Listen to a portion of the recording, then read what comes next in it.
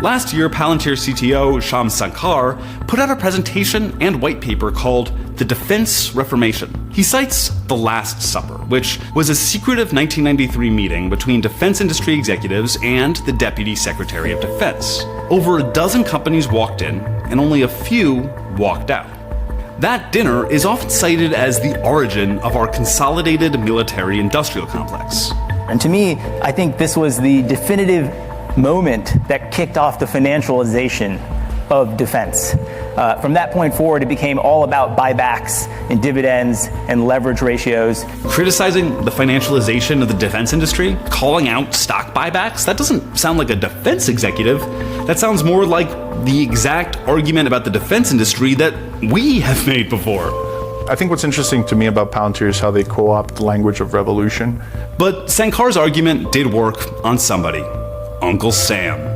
The Defense Innovation Board, an advisory group within the Department of Defense, cited Sankar's presentation multiple times in their 2024 report on why the DoD needs to divert more of their budget to emerging technology. That's giving money to Palantir.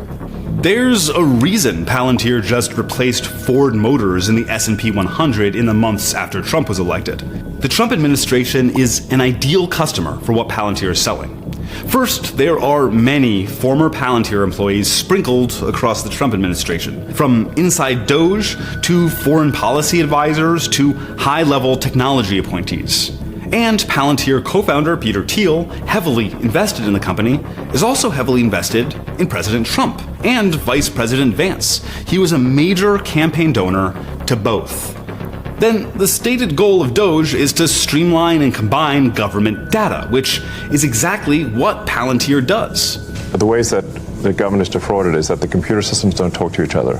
And obviously, Karp is loving it. Disruption, in the end of the day, exposes things that aren't working. There'll be ups and downs. There's a revolution. Some people can get their heads cut off. It's like we're expecting to see really unexpected things and to win.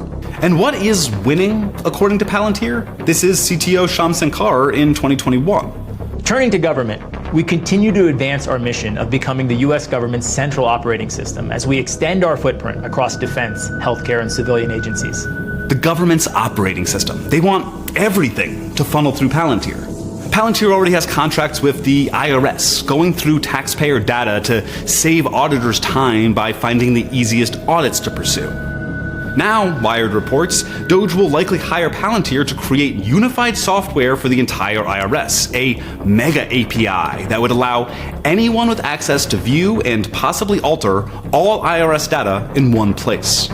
That's all of your financial information. And they have multiple contracts with the Department of Health and Human Services, including nearly $100 million to support HHS's core administrative data and applications, to manage, ingest, and access data securely across business domains. HHS's core responsibility is Medicare and Medicaid. That's control over millions of Americans' health records and their access to healthcare. So what does it mean for one contractor to have all that power, data, and taxpayer money as profit, especially as AI gets involved? As we kind of increasingly live in a simulated world, we lose touch with reality and the human decisions that matter, and we move closer towards governance by algorithm. Not only made by decisions of automated artificial intelligence systems, which is a problem, but more importantly, subject to decisions made by the people who are influencing these AI systems and creating them in order to fulfill an agenda for whatever their profit-seeking or control-seeking objectives are.